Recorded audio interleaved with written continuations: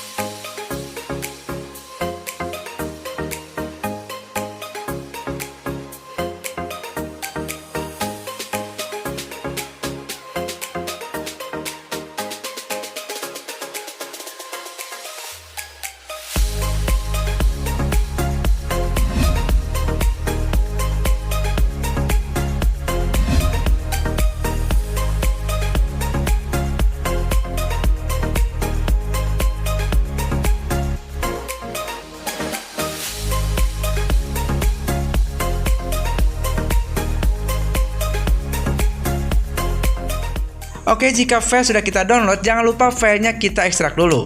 Nah, karena filenya sudah saya kunci, silahkan buka filenya dengan aplikasi RAR atau Jet Archiver. Di sini saya menggunakan Jet Archiver guys, karena filenya sudah saya kunci menggunakan password.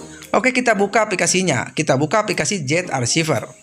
Lalu kita cari filenya ke memori telepon. Kita cari folder download. Nah, ini kita buka folder download. Lalu kita klik filenya. Nah, di sini kita pilih ekstrak di sini atau ekstrak here. Nah, jangan lupa passwordnya itu ANIPHOMYT tanpa spasi dan YT-nya menggunakan huruf besar ya guys, seperti ini. Lalu klik OK. Dan tunggu sampai pengekstrakan selesai.